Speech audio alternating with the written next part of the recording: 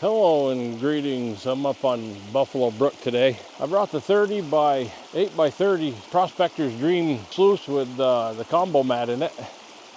And if I see a spot that I might be interested in, I might just try to find a place to put this in and run some dirt.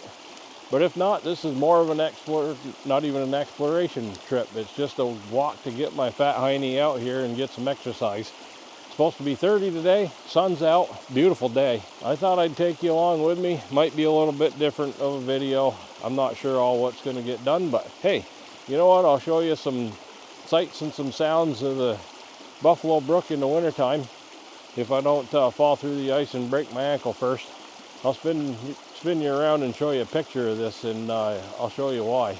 Yeah, there's a little bit of a drop if you go through that ice.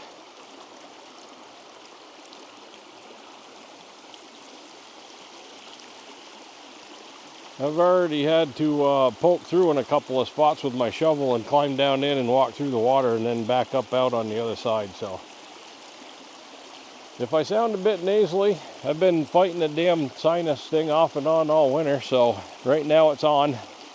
Next week it'll be back off, and I'm sure the week after it'll be back on. So I didn't let it stop me today. I had to get out.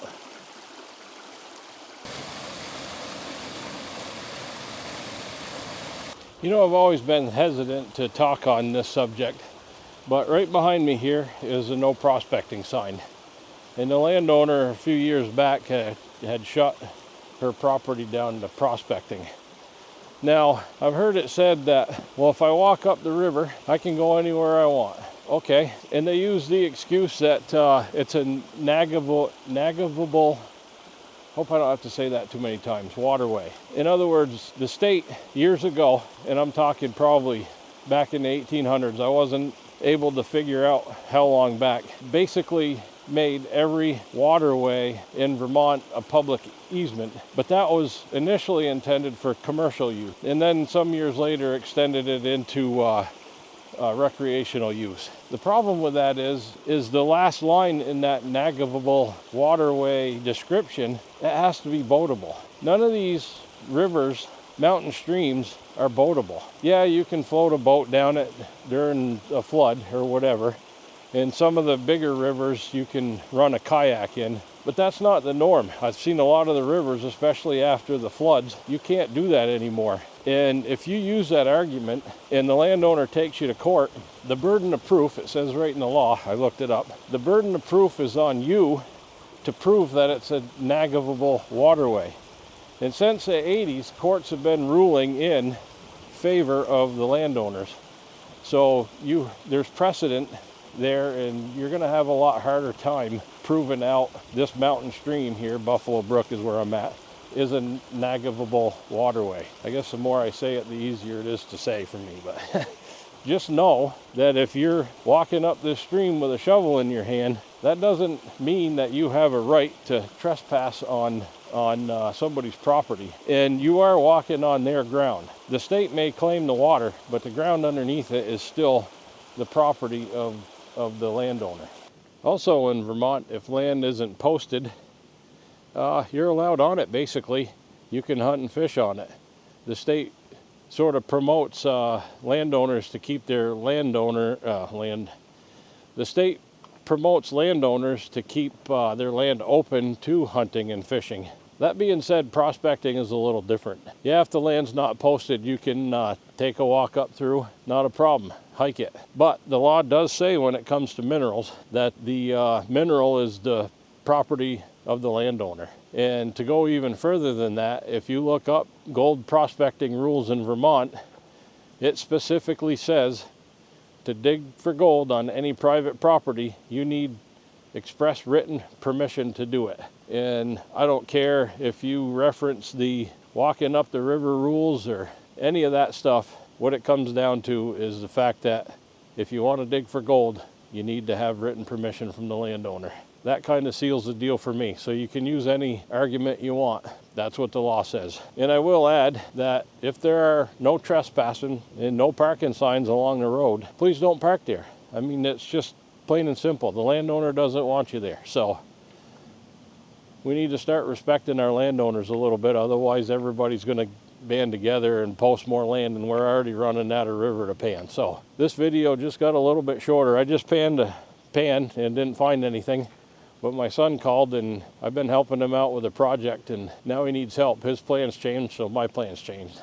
But I got some time to do a few more pans here and there, so I'm going to wander back, head back down. I didn't get up as high as I wanted to, and that's okay. But I'm going to do a few more pans here and there, and hey, maybe we'll find a spot we can come back to next weekend. I should add the fact that I'm not getting on my high horse here and talking down to anybody. And this video isn't aimed at anybody in particular. I've been meaning to do this for a while.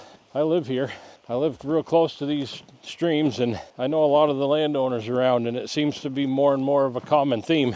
As people post their land and we start getting pushed closer and closer together, it's just going to be more and more of a problem if people are out there trespassing and parking in places that they shouldn't be. We saw it after Irene, and we're starting to see it again. It had died down for a while, and don't follow my lead on this. I try not to trespass or park in people's driveways. I know that sounds like common sense, but it happens, and it's still happening. I'm just saying that we can probably do better out there, and we're going to have to. Otherwise, we're going to lose prospecting altogether. Now, one of my reasons for going down this rabbit hole is my buddy Wayne is trying to put a group of Vermonters together.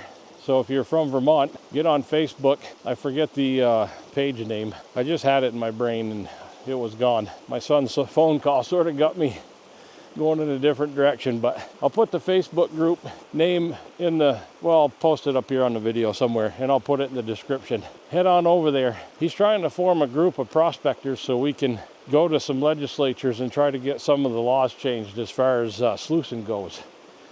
I don't think sluicing hurts anything. Honestly, I'm a little bit against dredging just because I don't think these streams are really big enough, and you get a bunch of people dredging up here and it's just going to ruin it for everybody else, you know. They move a lot of material. I think these streams are fine with sluice boxes. He's trying to get something going. He has a friend up in Montpelier. I have one up there now. I haven't told him yet. I don't think he watches my videos, but if he does, he's going to know it's coming.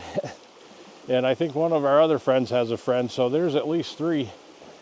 And if we can get more people on board with this, show them that we're not wrecking the place, we're not environmental terrorists, I think we actually clean up the brooks. I don't know about you, but if I got a big enough hole going, there's always fish in it floating around, seeing what I dig up. So I don't think we're hurting anything. Anyway, I'm moseying down now.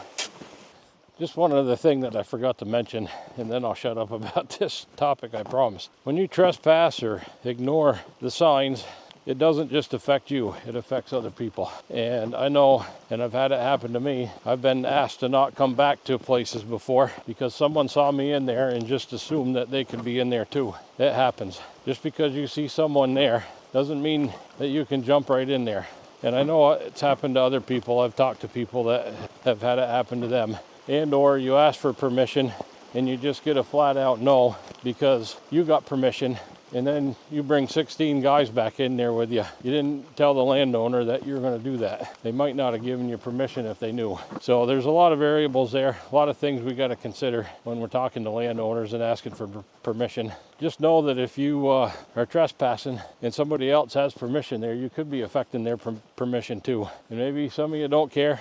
It's on you. That's all I'm going to say about that. I think in the words of Forrest Gump, right? Okay, well, I'm headed out, so I'll sign off now and wish you all the best. Spring is coming. It's right around the corner. It's pushing halfway through July, or July, I wish. It's pushing halfway through January already. Man, this month's going fast. Get your prospecting gear out. If you need anything, get it early. High Plains Prospectors probably has it. I'll leave a link to them in the description below, and it will be an affiliate link. So if you care to use it, I thank you. And if you don't, that's fine too. All right, be safe, be kind, live long and prospect. And we'll catch you on the next one. See you, boy.